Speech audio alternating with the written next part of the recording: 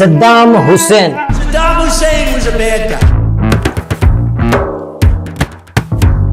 Disarming Saddam Hussein now.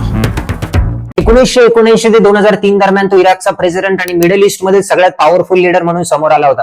1990 मध्ये त्याने कुवेतवरती हल्ला केला होता. त्याचं म्हणणं होतं की कुवेत हा इराकचा पार्ट आहे, पण या हल्ल्यामध्ये कित्येक इनोसेंट लोकांनी आपला जीव गमावला होता. काही लोकांना तो हिरो वाटायचा, तर काहींना एक क्रूर हिंसक असा शासक. अमेरिका आणि युनायटेड नेशनच्या नेतृत्वाखाली 1991 मध्ये गल्फ कंट्रीजने त्याच्या विरोधात वार सुरू केला होता. तुम्हाला आश्चर्य वाटेल की जेव्हा इराण इराक युद्ध सुरू होतं तेव्हा अमेरिका स्वतः सद्दाम हुसेनला सपोर्ट करत होती, पण त्याच्या हिंसक व्यवहार आणि डेडली डिसिजन्समुळे अमेरिकेने हा सपोर्ट सुद्धा काढून घेतला होता. सद्दामचं स्वप्न होतं की इराकला ऑइलच्या जोरावर जगातील सगळ्यात पॉवरफुल आणि डेव्हलप नेशन बनवणं. 2003 मध्ये अमेरिकेने इराकवरती हल्ला केला होता.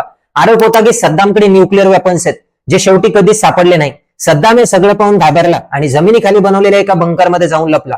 पण 13 डिसेंबर 2003 ला अमेरिकन फोर्सेसने त्याला बंकरमधून कॅप्चर केलं आणि 2006 मध्ये त्याच्यावर खटला चालून त्याला फाशीची शिक्षा देण्यात आली. एक काळ होता जेव्हा तो स्वतः वेस्टर्न कंट्रीजचा मित्र होता, पण शेवटी त्यांच्याच हातातून त्याचा शेवट झाला. व्हिडिओ आवडल्यास सबस्क्राईब नक्की करा.